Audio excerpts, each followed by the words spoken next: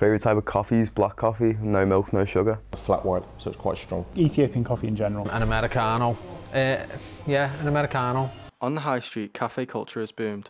There are 22,000 coffee shops in the UK, and 80% of people who visit coffee shops do so at least once a week, while 16% of us visit coffee shops on a daily basis.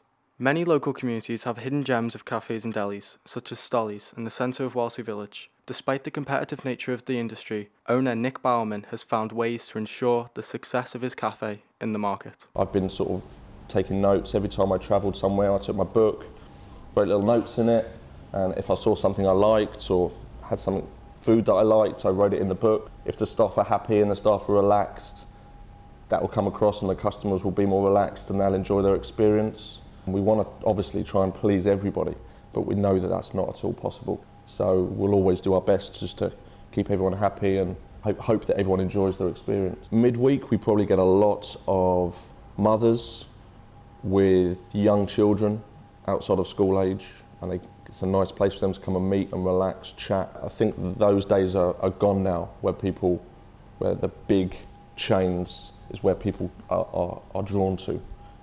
And I think small, independent, locally run by local business people is what people like. They want this non-generic feel. When you go to a Starbucks, they're all the same, but someone like this is different.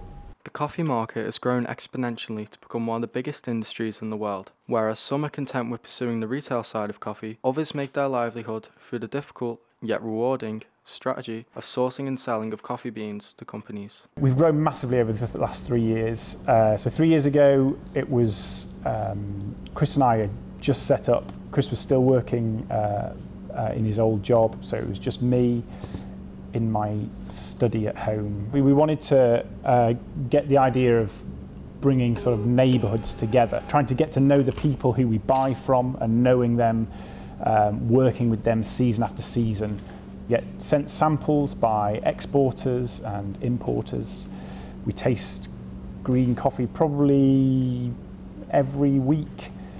We taste through samples. So we've got a 15 kilo roaster, so it can roast 15 kilos at a time.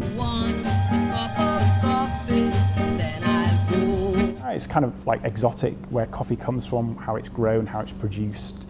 It's interesting and engaging people with something that is really good quality and a great story behind it. People in the UK drink 70 million cups of coffee a day, meaning we consume 25 billion cups of coffee per year. Coffee has proven to be a staple of both our diet and culture, overtaking the often stereotypical British drink of tea. Due to the massive amount of coffee drinkers in the nation, we all have our own choices for favouring coffee over tea.